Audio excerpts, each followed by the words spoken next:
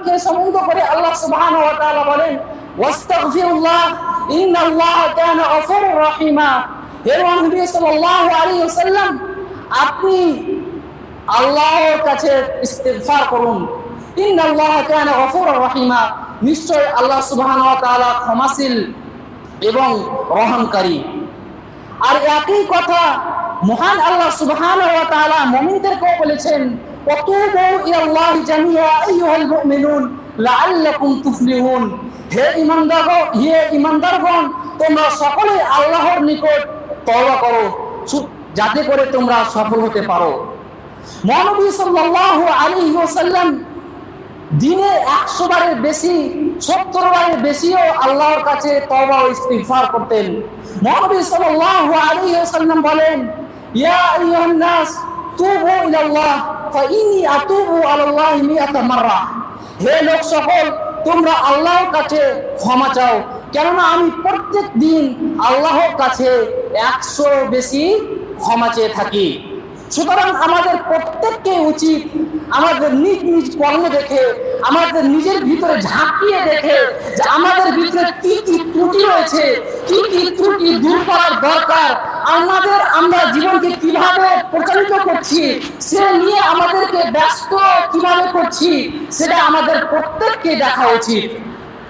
আমরা যদি আল্লাহর কাছে ফিরে আসি, মহান আল্লাহ সুবহানাহু ওয়া তাআলা বলেন ইয়া আইয়ুহাল্লাযীনা আমানু তুবু ইলাল্লাহি তাওবাতান নাসুহা আসা রাব্বুকুম আন ইউকাফিরা আনকুম সাইয়্যাতিকুম ওয়া ইদখিলাকুম জান্নাতিন তাজরি মিন তাহতিহাল আনহার ইয়াওমা লা ইউখযিল্লাহু আন-নাবিয়্যা ওয়াল্লাযীনা আমানু মা'আহু নূরুহুম ইয়াসআ বাইনা আইদিহিম ওয়া বিআইমানিহিম ইয়াকুলুনা রাব্বানা আতমিম লানা নূরানা ওয়াগফির লানা ইন্নাকা আলা কুল্লি শাইইন কাদির।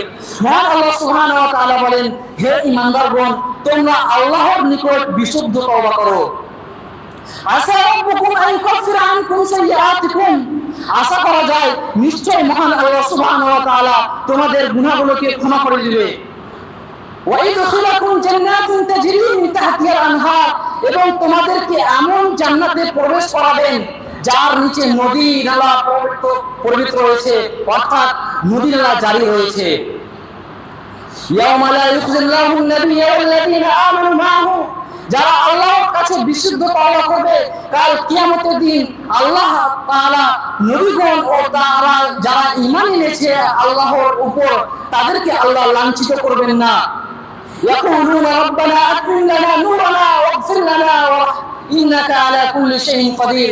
সেদিন ঈমানদার ব্যক্তিগণ বলবেন রব্বানা আতমিম লানা নূরানা, হে আমাদের প্রভু, আপনি আমাদের নূরকে পরিপূর্ণ করুন। ওয়াগফির লানা, এবং আমাদেরকে ক্ষমা করুন। ইন্নাকা আলা কুল্লি শাইইন কাদির, নিশ্চয় আপনি সর্বশক্তিমান। সুতরাং